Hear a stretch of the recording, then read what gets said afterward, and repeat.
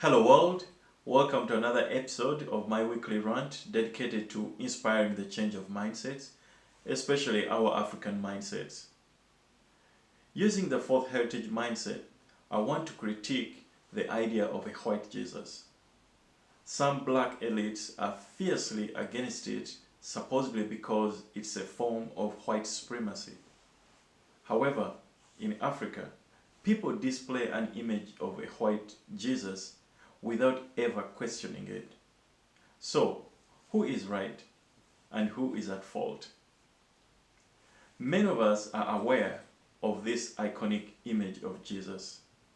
It started as an imagined painting by some European Christian artists in the 6th century to depict Jesus Christ. The aim was to have an image that shows majesty, power, beauty, and many other positive traits that Jesus, as God in human form, is supposed to have. As such, the image is very powerful and has stood the test of time. I, for one, have witnessed it up close and personal when I visited the Vatican museums and also when I visited the Christ the Redeemer statue in Brazil. Since its origin more than 1,500 years ago, the iconic image of Jesus has largely been depicted as a European man because it is Greek, Roman, German, French, and other European artists that have traditionally painted it. This is common sense that they would create a Eurocentric image of God. I would be surprised if they had created an Indian, Japanese, or African-looking Jesus. I believe they got this inspiration to paint a Jesus who looks like them from the Bible, which states that in Genesis 1:27, it says, "So God created mankind in his own image.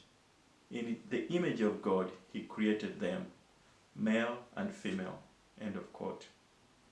This means every man is in the image of God. So if you're European, you will draw an image of God that is Eurocentric, and if you're an African, you should draw an image of God that is Afrocentric. This common sense idea about people imagining God was written about more than 400 years before Christ by the Greek philosopher Xenophilus, who said, "The Ethiopians make their god black and snag-nosed. The Thracians paint their god white with red hair. And if horses would ride and paint, their image of God would look like a horse." End of quote. Therefore, when you go to Korea and find this Korean-looking Jesus, it is only common sense. Or when you see this African-looking Jesus in Africa, it is also common sense.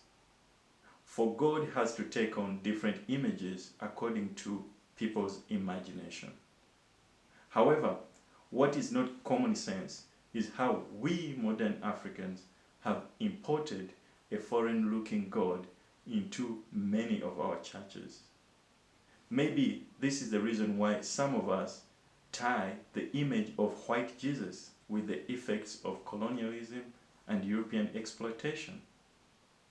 Nonetheless, it is my humble submission that the problem should not be white Jesus per se, because white people should have the freedom to paint a white God. But rather, the problem is that the images of Jesus in Africa, for example, this statue in Nigeria or this one in Angola, are not of an African-looking Jesus, but rather of a European-looking Jesus. If you deeply think about it, this shows our African lack of imagination, creativity, and an ignorance about the psychological damage that we are fed since we are young boys and girls. On another note, there are statues of a black baby Jesus and a black mother Mary in many European countries. These statues and images are called the Black Madonna, and If you just Google it, you find that there are more than 500 of them in France, Poland, Germany, and many other European countries.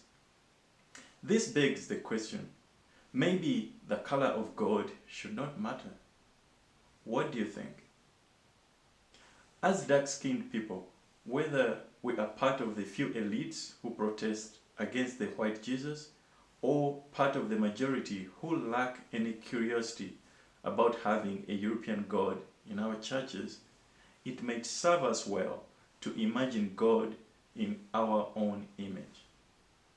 Artistic representation, especially of something as vital as God, is a very powerful tool that works at the deepest level of our human spirit.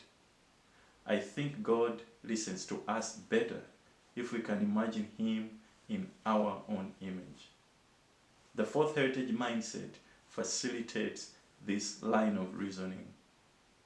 Thank you for watching. If you have other topics you'd like me to critique using the fourth heritage mindset, please let me know in the comment section below. And remember, changing our mindsets is the struggle.